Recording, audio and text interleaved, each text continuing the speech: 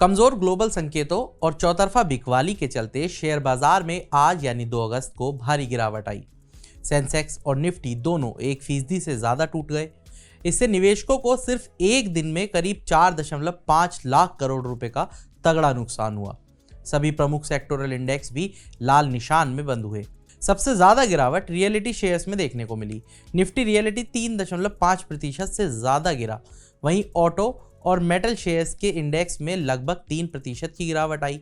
IT index में 2% से ज्यादा की गिरावट आई, जबकि बीएसई के मिड कैप में 1.19% और स्मॉल कैप में 0.58% की गिरावट आई। तो आइए जान लेते हैं शेयर बाजार में आज की गिरावट के पीछे के 5 बड़े कारण।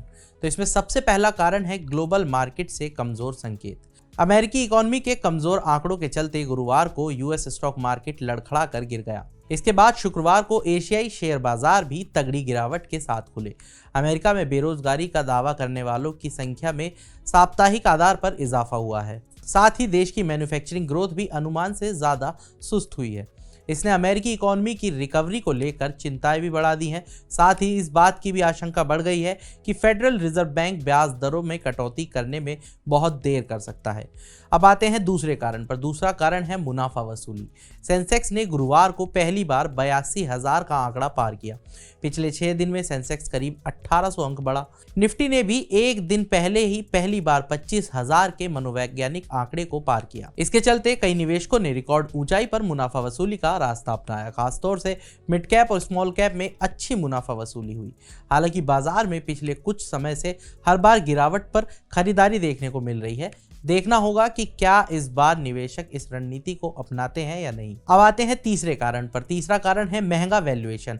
शेयर बाजार में हालिया तेजी ने वैल्यूएशन को लेकर चिंताएं बढ़ा दी हैं। मार्केट एक्सपर्ट्स का कहना है कि बाजार में इस समय करेक्शन की गुंजाइश है। निफ्टी 50 का मौजूदा प्राइस टू अर्निंग्स यानी पीई रेशियो 23.5 है और जो इसके 2 साल के औसत पी 22 से ऊपर है। जियोजीत फाइनेंशियल सर्विसेज के चीफ इन्वेस्टमेंट स्ट्रेटेजिस्ट वी के विजय कुमार ने कहा कि बहुत से स्टॉक के वैल्यूएशन को उनके फंडामेंटल से सपोर्ट नहीं मिल रहा है, जो हालिया मुनाफा वसूली के पीछे के प्रमुख कारण है। सिर्फ इस साल निफ्टी में अब तक करीब 14% की तेजी आ चुकी है। अब आते हैं चौथे कारण पर, वो है भू राजनीतिक तनाव यानी कि जियोपॉलिटिकल टेंशन। बुधवार को तेहरान में हमास नेता इस्माइल हानिया की हत्या से भी स्टॉक मार्केट में घबराहट बढ़ गई है। इस घटना के चलते ईरान और इजराइल के बीच संघर्ष बढ़ने की आशंका बढ़ी है, जिससे ग्लोबल मार्केट और ज्यादा अस्थिर हो गया है। इसके अलावा इजराइल ने एक दिन पहले हमास के मिलिट्री विंग के प्रमुख मोहम्मद दैफ के पिछले महीने गाजा में हवाई हमले के दौरान मौत का भी दावा किया है। अब आते हैं 5वें और आखिरी कारण पर, जो है जून तिमाही के कमजोर नतीजे। भारतीय कंपनियों के जून तिमाही के नतीजे अभी तक कोई खास छाप छोड़ने में नाकामयाब रहे।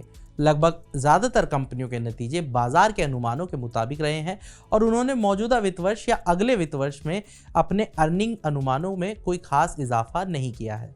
आईटी कंपनियों में थोड़ी रिकवरी के संकेत दिखे हैं, लेकिन दूसरे बैंकिंग सेक्टर में नेट इंटरेस्ट मार्जिन के मोर्चे पर दबाव देखने को मिला है। इन नतीजों से ये चिंता बढ़ गई है कि बाजार मौजूदा वैल्यूएशन के स्तर को बरकरार नहीं रख पाएगा। तो आज के इस वीडियो में इतना ही। बाकी तमाम बड़ी खबरों के लिए जुड़े रहिए मनी कंट्रोल हिंदी के साथ। आप हमारे यूट्यूब चैनल को सब्सक्राइब करें, फेसबुक पेज को लाइक करें और अब व्हाट्सएप के जरिए भी आप हमसे जुड़ सकते हैं। व्हाट्सएप चैनल का लिंक आपको कमेंट बॉक्स में मिल जाएगा। तब तक के लिए धन्यवाद।